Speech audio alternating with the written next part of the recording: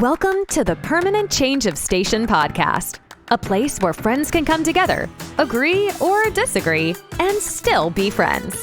Join hosts Lynette and Brenda each week as they discuss topics they've been covering since their days as Army brats living in Germany.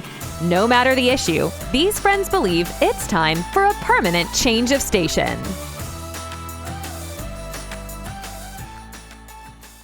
This is Lynette flying solo today, and from time to time, both Brenda and I will record small segments, brief segments, flying solo on topics that are of interest to us that we believe are very important to you, the listener, to also hear and learn about.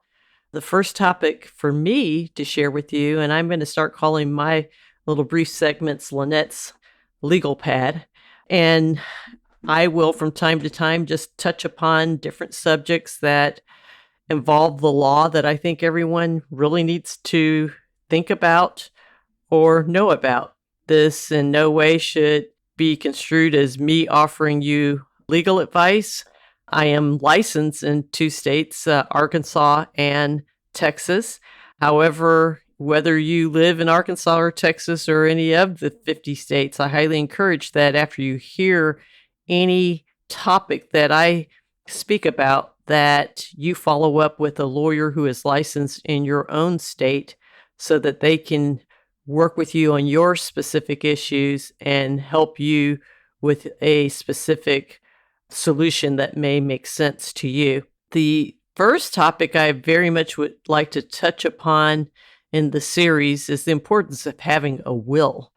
If you have not done one, if you do not have one, this is something that I highly challenge you and encourage you to go and take care of your business. We live in uncertain times. I've seen so many people who are younger than myself who have succumbed to things like COVID-19, or I have known people who, even in my own family, who have had tragic situations and had their lives cut short. And in all of those scenarios, that whether you're young or old, or you're dealing with a long-term illness, or you're perfectly healthy, it is so important that your final wishes, especially if you have minor children and are a single parent, for example, that your wishes, your desires are put in writing as to what needs to occur. Now, another very important factor is that many of us, myself included, have gotten remarried, or we have had children in prior relationships. And so when we get into a marriage, we are now a blended family.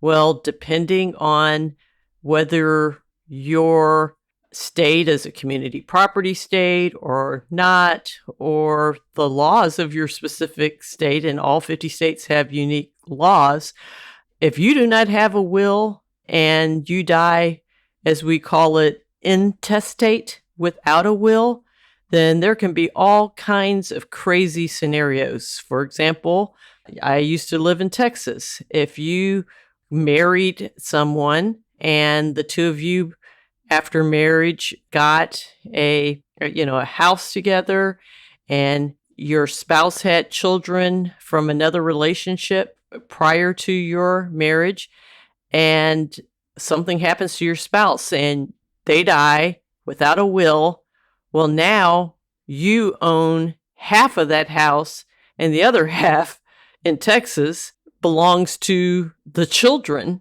of your spouse. So unless you have taken the time to write a will and to say, oh, if I die, my half goes to my wife or my half goes to my husband, you can imagine all kinds of drama that can occur. I mean, you're dead, and so it's not your problem, but those who you care and love that you have left behind can be left with a big hot mess. So if you don't have one, get one. If you have one, make sure that every 5 years that you are getting them updated. And again, I highly encourage you to visit with an attorney in your state. This is Lynette with 5-Minute Yellow Notepad. You've been listening to Permanent Change of Station. Tune in each week for the latest episode on Apple Podcasts or wherever you find your podcasts.